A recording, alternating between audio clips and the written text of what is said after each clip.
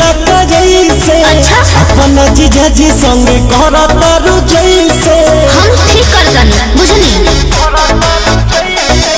फगुओ के दिन केहू करे लगा जैसे अपना जीजा जी संग करता रु जैसे डाले खातिर बैठल बानी काहे डालवावे लूना हमके बोला के आज जीजा तोहर रंग मारा चाहिले खाला बुझलो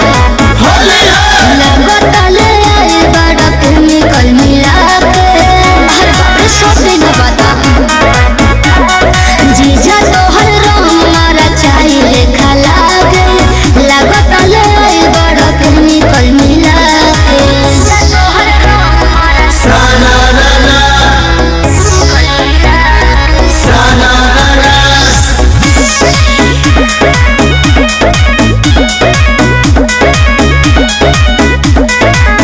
छोड़ा जाए दाय साली खिसियाइल ना जला हटे बात मन न कर करता रुअतना भाव